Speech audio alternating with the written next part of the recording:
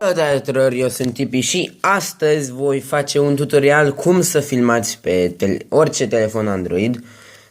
Da, mă rog, Android, că nu trebuie neapărat să fie Samsung, fără să aveți telefonul rotat.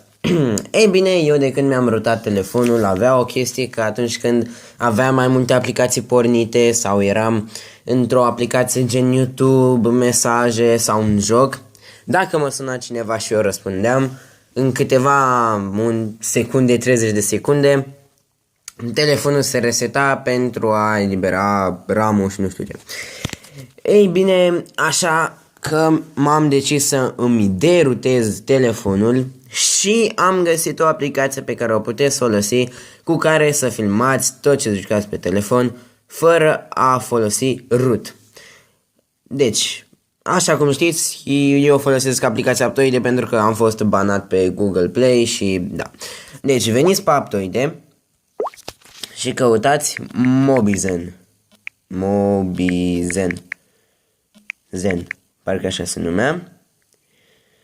Da, este această aplicație cu M, nu știu cum. O instalați și cu ea filmez și în momentul de față, deci să știți că merge. Și aceasta este aplicația. Este free, cred că și pe Magazine Play dacă nu aveți încredere în Aptoide, dar nu știu sigur. Și această aplicație, poate vă gândiți, păi da, dar cum să meargă aplicația asta fără root și celelalte aplicații merg doar dacă ai root.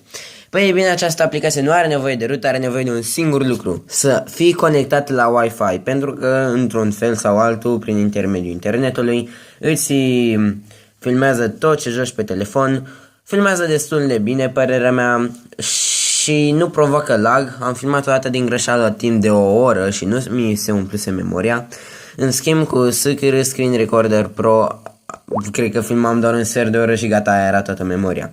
Și ca să vă demonstrez că nu am telefonul rotat, voi veni pe root checker, dau verify root și îmi spune că nu sunt rotat. Dar poate vă gândiți că am cracat aplicația. Hai să venim pe SKR Screen Recorder Pro. Dacă dau să filmăm,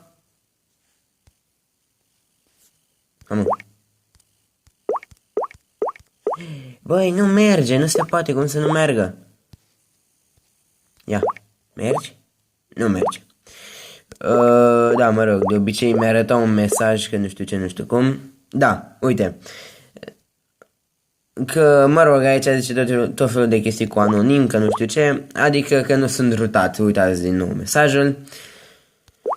Și da, deci v-am demonstrat că nu am telefonul rotat, dar totuși filmez pe el doar cu o singură aplicație care necesită doar conexiune la internet și cred că asta cam are toată lumea peste tot. Și da, mă rog, eu am fost Tipi, sper că v-a plăcut acest episod. Dacă da, nu uitați să dați like, să dați share la prietenii voștri, că poate vor și ei să filmeze pe telefon. Eu am fost Tipi, vă urez zi bună, la revedere, pa, pa!